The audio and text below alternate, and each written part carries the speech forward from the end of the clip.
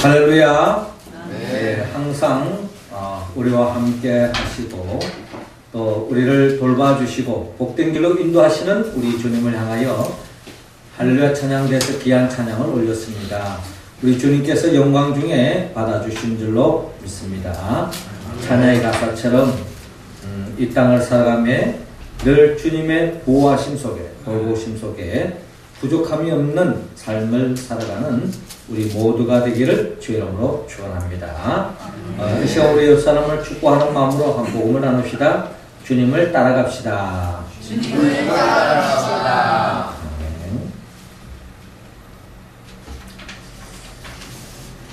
네, 어제는 정월 대보름이었습니다.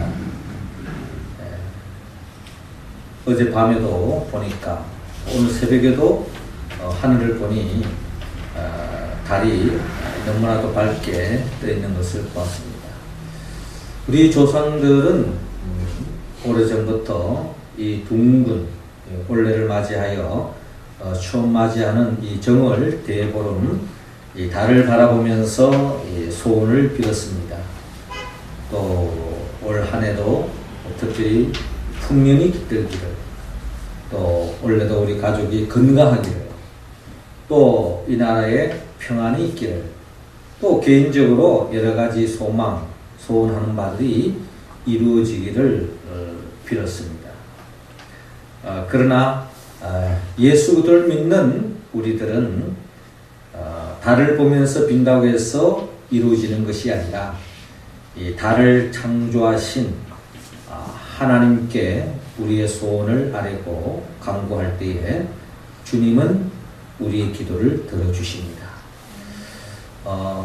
우리가 주 안에서 여러 가지 소원이 있지만 성경 66권을 통하여서 우리가 품을 수 있는, 또 우리가 품어야 할 소망이 있다면 그것은 바로 우리 가운데 한 사람도 하나님의 심판의 대상으로서 지옥에 떨어지지 않고 우리 모두가 끝까지 믿음의 길을 걸어가서 주님 앞에 칭찬받고 또 저 천국에서 영생 복락할 뿐만 아니라 그 영원한 생명에 잇대어 매일매일 하나님의 나라, 행복한 삶을 살아가는 것, 이것은 우리가 성경을 통하여서 우리 모두가 품을 수 있는 소망이요, 이 소망은 또 하나님 아버지가 우리를 향한 바람이라는 것입니다. 오늘 성경 본문의 말씀은 바로 예수님께서 지난주에 이어 계속 산상보훈을 통하여서 우리가 어떻게 하면 하나님의 심판의 대상이 아니라 주님 앞에 인정받고 저 천국에서 영생 복락하며 이 땅에서도 그 나라의 복을 누리며 행복한 삶을 살아갈 수 있는가 하는 그 방법을 산상보훈을 통하여 지난주에 이어서 계속 말씀하고 있습니다. 특별히 오늘 성경의 본문을 통하여 우리는 어떻게 살아야 하는가, 어떻게 할 때에 진정한 하늘의 복을 누릴 수 있는가 말씀하고 있습니다. 먼저 주님은 오늘 본문 21절을 통하여서 살인하지 말라고 말씀하고 있습니다. 21절 우리 같이 한번 읽어볼까요? 시작. 옛사람에게 말한 바 살인하지 말라. 누구든지 살인하면 심판을 받게 되리라 하였다는 것을 너희가 들었으나. 아멘. 자, 오늘 본문 21절은 이렇게 시작하고 있습니다. 옛사람에게 말한 바 살인하지 말라. 누구든지 살인하면 심판을 받게 되리라 하였다는 것을 너희가 들었으나 라고 시작하고 있는데요. 옛사람에게 말한 바, 오래전부터 하나님께서 이스라엘 백성들을 향하여 하신 말씀이 있습니다. 그것이 바로 살인하지 말라. 누구든지 살인하면 하나님의 심판의 대상이 된다 라고 주님께서 말씀하셨는데 이 말씀은 출애굽기 20장의 십계명을 통하여서 구체적으로 밝히고 있습니다. 출애굽기 20장 13절에 보면 살인하지 말라 라고 말씀하고 있어요. 살인하는 자는 하나님의 심판의 대상이 된다. 그러기에 요한계시록 21장 8절에 보면은 결국 천국에 들어갈 수 없는 사람, 즉 지옥의 구름텅이에 빠질 수밖에 없는 사람을 소개하고 있는데 그 사람 중에 특별히 살인자들, 사람을 죽이고 살인자들은 천국에 들어갈 수 없고 영원한 불과 유황이 타는 지옥에 떨어질 수밖에 없다라고 성경은 우리에게 말씀하고 있습니다. 자, 이런 말씀을 대할 때에 이런 살인이라고 하는 이야기는 좀 우리가 좀 거리가 먼 이야기가 아니겠는가, 뭐 특별한 사람이 일어날 수 있는 이야기가 아닌가 생각되어지는데 이 살인 또한 아주 우리 생활 속에 밀접하게 가까이 있는 죄 중에 하나다라는 것입니다. 특별히 최초의 살인 사건은 창세기 4장에 잘 나타나 있는데 그 최초의 살인 사건이 바로 한 가정의 형제 간에 일어난 살인 사건을 창세기 4장은 우리에게 소개하고 있습니다.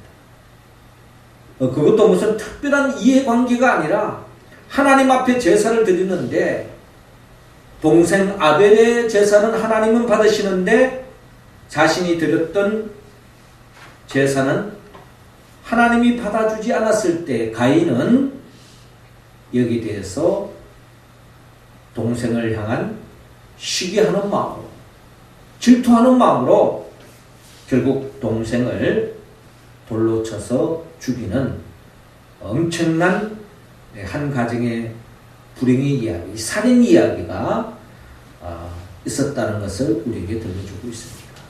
이런 것을 볼 때에 살인은 어떻게 보면 아주 우리와 가까이에 일어날 수 있는 한 사건이라는 것입니다.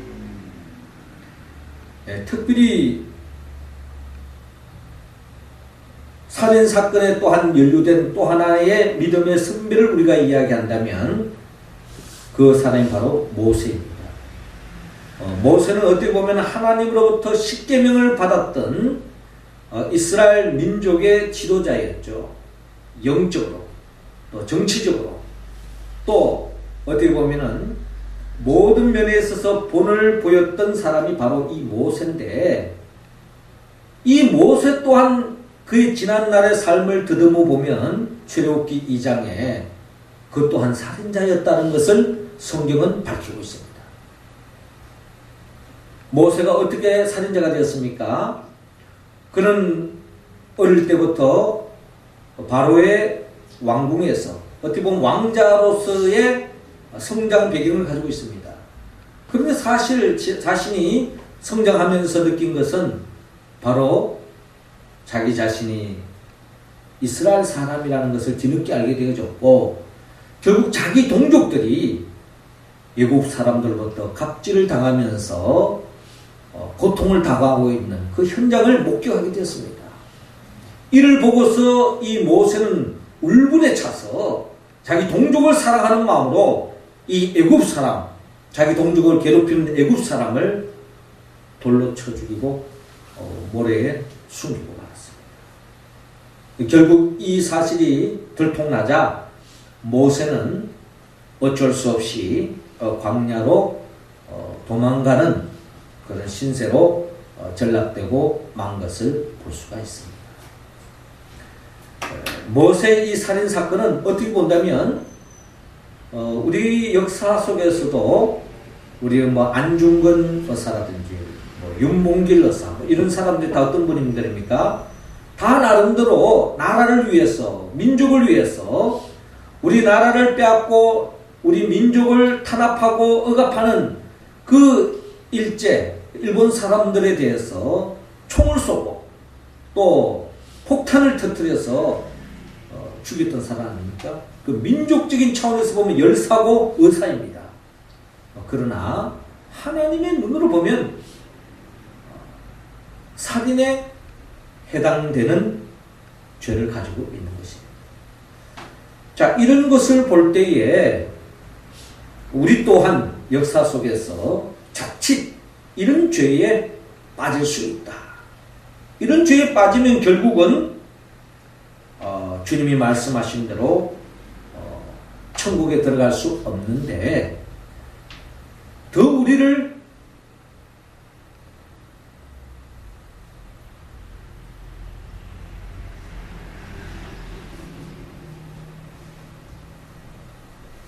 주님의 말씀 앞에 우리 자신이 작아질 수밖에 없는 이유는 오늘 본문 22절에 보니까 주님께서 이 살인을 단순히 사람 죽인 사람만 해당되는 것이 아니라 주님의 이 살인죄의 범위가 아주 확대하고 있어요.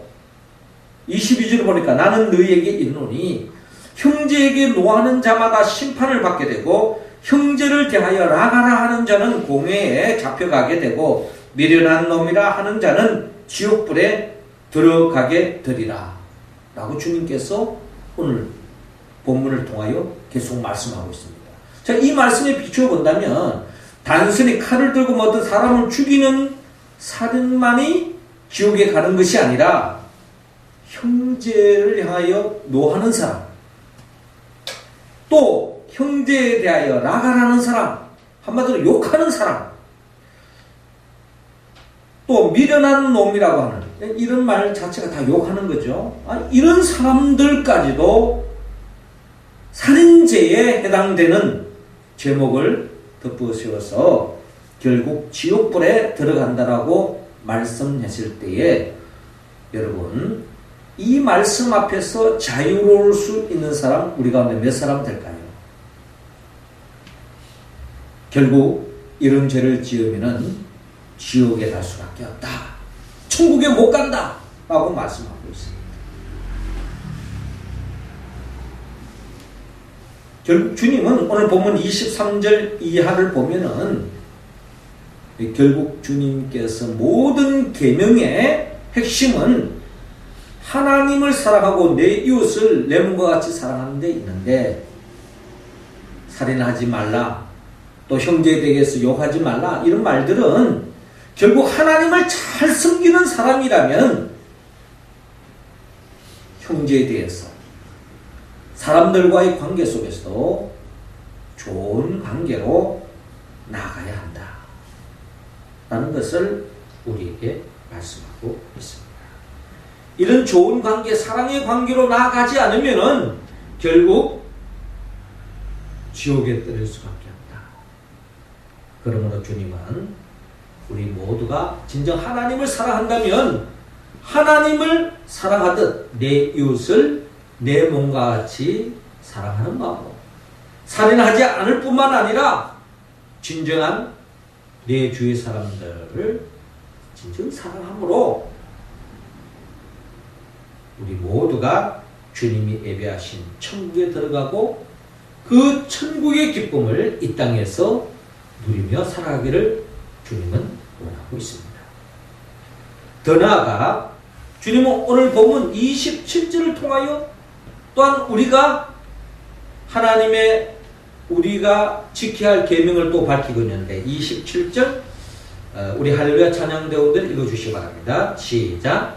또 간음하지 말라 하였다는 것을 너희가 들었으나. 아멘. 하나님은 우리 모두가 간음하지 말라고 말씀하고 있습니다. 27절에 잘 나타나 있죠. 또 간음하지 말라 하였다는 것을 너희가 들었으나 라고 말씀하고 있는데요. 주님은 일찍이 모세를 통해서 간음하지 말라라는 계명을 들려주었습니다. 출애굽기 20장 14절에 간음하지 말라. 간음하는 자는 하나님의 심판의 대상이 될 수밖에 없고 요한계시록 21장 8절에 보면 이 간음하는 자를 달리 말하면 음행하는 자들 이런 사람은 결국 불과 유황 지옥에 떨어질 수밖에 없다라고 말씀합니다. 그렇다면 이 간음하는 죄, 이 음행하는 이 죄는 어떤 특정한 어떤 사람을 향하여 하는 말이 아니라 이 간음하고 음행하는 자도 지극히 우리의 삶 가까이에 놓여 있는 우리가 범할 수 있는 죄 중에 하나라는 것을 성경은 우리에게 말씀하고 있습니다. 이스라엘을 국기를 우리가 바라보면 우리나라 태극기의 가장 중앙에는 이 태극이 있습니다만은 이스라엘의 국기의 가장 중앙에는 이 별이 있습니다. 이 별을 일명 다윗의 별이다라고 그렇게 표현합니다. 이스라엘 역사 속에서 이스라엘 사람들이 가장 추앙하는 우리식으로 말하면 세종대왕이 하나의 어떤 조선 시대의 가장 위대한 왕 중에 왕으로 우리가 표현하듯이 이스라엘 사람들에게 있어서 가장 존경하는 가장 자랑스러운 왕이 바로 다윗 왕을 이야기합니다. 그런데 여러분, 이 다윗 왕이 그는 어떻게 보면 일평생도록 하나님을 의지하고 믿음의 길을 걷어갔던 사람입니다. 어릴 때부터 양치기 때부터 하나님을 의존했던 하나님을 믿고 그래서 그의 삶을 듣다보면 골리앗과의 싸움에도 승리하고 말이죠. 그가 하나님으로부터 기름 부음을 받고 어떻게 본다면 그의 삶이 주님을 의지함으로 말미암아 더없는 부족함을 없는 삶을 살았던 것이 바로 다윗 왕의 삶의 모습 아닙니까? 그러나 그런 삶의 절정을 치달았던 이 다윗이 그의 삶의 자리에 열왕기상 11장에 보면 이 다윗이 간음하는 죄를 범하고 다윗이 참 잘 나갈 때였습니다. 예전에는 자기가 친히 군사들 이끌고 대적과 싸움을 했다면 이제는 그로 인하여서 충성된 신하들이 많았어요. 그래서 그는 왕국에 머물러 있고 자기 신하들이 충성하는 신하들의 전쟁터에 나아가서 국가 권위를 드높이고 말이죠. 영토를 확장하고 모든 대적들을 물리치는 정말 더없는 든든한 왕으로서 자리매김을 하는 그 삶의 자리에서 어느 날 밤에 건너편에 있는 자기의 충신 우리아의 아내 밧세바를 결국 범하고 맙니다. 간음죄를 지고 말았습니다. 그런데 이 다윗이 간음죄로 머무는 것이 아닙니다. 자기 죄를 덮기 위해서 심지어 그 밧세바의 남편 우리아가 전쟁터에 나 있는데 우리아를 불러서 같이 동침하게 합니다. 하지만 우리아는 이 다윗의 업무에 넘어가지 않죠. 결국에는 다윗이 자기의 충신 우리아를 전쟁터 최전방에 보내서 죽음으로 몰아갑니다. 한마디로 간접 살인을 한 것이나 다름이 없습니다. 여러분, 이 이스라엘이 자랑하는 이 다윗 왕, 그렇게 믿음의 사람이었던 이 다윗도 한순간에 간음하는 죄, 음행하는 죄, 살인죄를 저지르고 마는 것을 바라볼 때에 여러분, 이러한 죄로부터 자유로울 수 있는 사람이 우리 가운데 몇 사람이나 될 수 있을까 하는 것입니다. 주님은 간음하지 마라 라고 말하는 차원이 아니라 오늘 주님께서는 오늘 본문 28절에 보면요, 나는 너에게 이르노니 음욕을 품고 여자를 보는 자마다 마음에 이미 간음하였느니라 라고 말씀하고 있습니다. 여러분, 이런 주님의 말씀 앞에 우리 자신이 얼마나 더 작아집니까? 마음에 음욕을 품고 그런 사람까지도 간음하는 거와 다름이 없다라고 주님이 이야기했을 때 이런 말씀 앞에 자유로울 사람은 아마 많지 않을 것입니다. 결국 그런 사람은 가늠을 했던, 마음으로 그런 마음을 품었던 지옥에 떨어질 수밖에 없고 하나님의 심판의 대상이 될 수밖에 없다라고 주님은 말씀하고 있습니다. 그래서 주님은 우리 모두가 이러한 죄로부터 벗어나기를 원하고 있습니다. 이러한 죄로부터 벗어나기 위해서는 결국 내가 가늠하지 않았다 라는 것이 중요한 것이 아니라 내가 진정 사랑해야 할 사람을 더욱더 사랑해야 한다 하는 것을 오늘 주님은 우리에게 말씀하고 있습니다. 특별히 더 나아가 주님은 오늘 본문 33절을 통하여 헌명세를 하지 말라고 또한 우리에게 말씀하고 있습니다. 33절 우리 다 같이 읽겠습니다. 시작. 또 옛사람에게 말한 바 헌명세를 하지 말고 내 맹세한 것을 주께 지키라 하였다는 것을 너희가 들었으나. 아멘. 자, 오늘 본문 33절에 또 계속해서 주님께서 말씀하는데요. 또 옛사람에게 말한 바 헌명세를 하지 말고 내 맹세한 것을 주께 지키라 하였다는 것을 너희가 들었으나 라고 말씀하고 있습니다. 헌명세를 하지 말고 내 맹세한 것을 주께 지키라 라고 일찍이 하나님께서 율법서를 통하여서 말씀하셨습니다. 헌명세를 하지 마라. 헌명세를 하지 말라 하는 이 말씀은 다른 말로 말하면 거짓말을 하지 마라 하는 말과 다름이 없어요. 그렇잖아요. 하나님과 약속을 해놔놓고 약속을 어기면 그건 하나님 앞에 거짓말한 거죠. 사람들과 맹세해놔놓고 사람과 약속을 깨버리면 그건 거짓말입니다. 그런데 많은 사람들이 거짓말하는 이유가 뭡니까? 결국 본질을 따져 들어가 보면 도둑질하는 것과 연결되어져 있습니다. 주님은 출애굽기 20장 15절 16절에 보면 도둑질하지 마라. 내 이웃에 대하여 거짓 증거하지 마라. 많은 사람들이 거짓말하고 뻥을 치고 사기를 치는 이유 중에 하나가 결국에는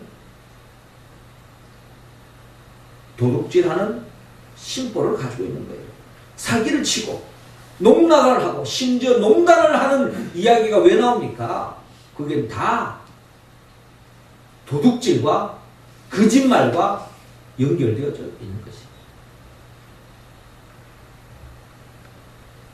요한계시록 21장 8절에 보면 거짓말하는 모든 자들은 불과 유황으로 타는 못에 던져지리니 이것이 둘째 사망이라 라고 말씀하고 있습니다. 하나님은 하나님 앞에 거짓말하는 사람은, 도둑질하는 사람은 사람 앞에 도둑질하고 거짓말할 수밖에 없어요. 우리가 신앙생활 잘해야 될 이유가 바로 거기에 있습니다. 하나님 앞에 정직하고 하나님 앞에 진실한 사람이 결국 사람 앞에 진실할 수 있고 사람과 사람을 거짓말하지 않습니다. 하나님 앞에 뻥치는 사람이 사람 앞에 뻥치지 않겠어요? 이런 사람은 지옥에 떨어질 수밖에 없습니다. 그런데 이러한 죄로부터 이런 죄를 이야기하면 다 남의 이야기 같은데 이런 죄가 얼마나 믿음의 길을 걸어가는 우리들에게도 쉽게 저지를 수 있는 죄라는 것을 우리는 예수님의 12제자를 통하여서 우리는 확인할 수 있습니다. 예수님께서 마태복음 26장을 통하여 이런 말씀을 하셨습니다. 오늘 밤 너희가 다 나를 버리리라 라고 주님께서 말씀하셨어요. 그때에 베드로가 뭐라고 이야기했습니까? 모두가 주를 버릴지라도 나는 결코 버리지 않겠습니다. 이 베드로가 주님을 향한 맹세입니다. 맹세. 모두가 다 주님을 버릴지라도 결코 목숨 걸고 어떤 일이 있더라도 주님을 버리지 않겠습니다. 라고 다짐했던 것이 바로 여러분 베드로의 다짐 아닙니까? 베드로만 성경에 기록되어 있지. 그럼 다른 제자들은 그러면 뭐 그런 맹세하지 않았을까요? 나름대로 배와 그물을 버려두고 주님을 쫓아가고 또 나름대로 지금 산상보훈을 들으면서 산 위까지 올라간 것은 나름대로 다 그런 맹세했던 제자들의 모습을 우리는 바라볼 수 있습니다. 그런데 여러분 베드로는 닭 울기 전에 주님을 3번씩이나 부인하고 말았습니다. 주님 앞에 그렇게도 맹세했던 베드로가 닭 울기 전에 3번이나 부인했어요. 베드로만 부인했습니까? 어떻게 보면 가룟 유다는 주님을 도둑질까지 했어요. 주님을 팔아넘겨버렸잖아요. 주님을 어느 30냥에 팔아넘겼습니다. 주님을 도둑질한 것입니다. 결국 12제자들은요 다 도둑질하고 거짓말을 하고 뻥을 쳤습니다. 베드로는 닭 울기 전에 사람들이 너 당신 예수님을 쫓아다니지 않았느냐? 아, 나 그런 사람 모른다. 나는 예수라는 사람 모른다. 거짓말 쳤어요. 왜 그렇습니까? 자기 한 목숨 살리려고 자기 이익을 위해서 주님을 향한 그 맹세도 한순간에 깨어지고 말았습니다. 이러한 제자들의 이야기를 우리가 생각해 볼 때에 여러분 우리 또한 예외일 수 있을까라는 것입니다. 주님은 헛맹세를 하지 말고 내 맹세한 것을 주께 지키라 하였다는 것을 너희가 들었으나 나는 너에게 이르노니 도무지 맹세하지 말지니 하늘로도 하지 말라 이는 하나님의 보장이요라고 말씀하고 있는데 이 말씀은 너희들은 맹세하지 마라 약속하지 마라 이런 말을 지금 하는 것이 아니라 너희들이 맹세했다면 반드시 지키라 약속한 바가 있으면 어떤 손해가 있더라도 어떤 불이익을 당하더라도 약속한 것은 바로 지키라. 하나님 앞에 약속해놔놓고 내인데 손해가 된다고 해서 그 약속을 저버린다든지 사람들과의 관계도 약속을 했다면은 그 약속의 목에 칼이 들어오더라도 지키라는 것입니다. 그런데 주님에 대한 약속을 저버리니 사람과의 약속도 쉽게 저버리고 쉽게 진실을 파괴해버리고 거짓말을 밥 먹듯이 하는 것이 많은 세상 사람들은 말할 것도 없고 믿음의 사람 가운데도 아니 12제자 가운데도 그랬다면 우리 또한 여기에서 예외일 수 있겠는가 자유로울 수 있는 사람이 몇 사람이나 되겠는가라는 것입니다. 그러나 분명한 것은 이렇게 했을 때는 하나님의 심판 지옥불에 떨릴 수밖에 없다는 것입니다. 그러므로 주님은 우리에게 37절에 오직 너희 말은 옳다 옳다 아니다 아니라 하라 이에 지나치는 것은 악으로부터 나는 것이다. 이해관계 손익관계 그런 거 생각하지 말고 하나님 앞에 약속한 것 사람 앞에 약속한 것은 반드시 지키라 진실을 이야기하고 거짓말을 하지 마라 하는 것을 주님은 우리에게 말씀하고 있습니다. 하나님을 진정 사랑한다면 하나님을 앞에서 거짓말하지 않고 도둑질하지 않아야 되는 것처럼 사람 앞에서도 도둑질하지 말고 거짓말하지 말라고 말하는 것입니다. 이런 계명을 지켜나갈 때에 진정한 천국의 백성으로서 그 복을 누리며 살아갈 수 있다는 것을 오늘 주님은 산상보훈을 통하여 우리에게 계속 말씀하고 있습니다. 사랑하는 성도 여러분, 하나님은 우리 모두가 한 사람도 지옥에 떨어지지 않고 천국에 들어가며 천국의 복을 이 땅에서 누리며 살기를 원합니다. 살인하지 말라, 간음하지 말라, 헛맹세하지 말라. 많은 믿음의 선배, 심지어 예수님의 12제자들도 이 오류에 범하고 말았습니다. 이 말씀을 범하고 말았습니다. 지키지 못했습니다. 우리가 어떻게 이 말씀에 응답할 수 있습니까? 우리는 성령의 도움을 받아야 합니다. 주님을 팔아넘기고 도둑질하고 주님을 거짓말하고 헛맹세했던 베드로를 비롯한 제자들은 성령 받고 난 뒤에 그들은 완전히 변화되었고, 심지어 순교의 칼날이 그의 목에 다가오더라도 그들은 끝까지 주님을 향한 맹세를 저버리지 않고 복음 들고 달려갈 길을 달려가고 하나님의 말씀대로 살았습니다. 우리 또한 성령을 받아야 합니다. 성령은 예수님의 영입니다. 나를 위하여 십자가에 못 박혀 죽으시고 부활하신 예수 그리스도 영, 그 보혜사 성령의 도움을 입을 때야만이 우리는 진정 살인을 하지 않을 뿐만 아니라 간음하지 않고 헛맹세를 하지 않고 진정 하나님을 사랑하듯 내 이웃을 내 몸과 같이 사랑하는 우리 모두가 될 줄로 믿습니다. 성령의 도우심으로 그 말씀에 응답한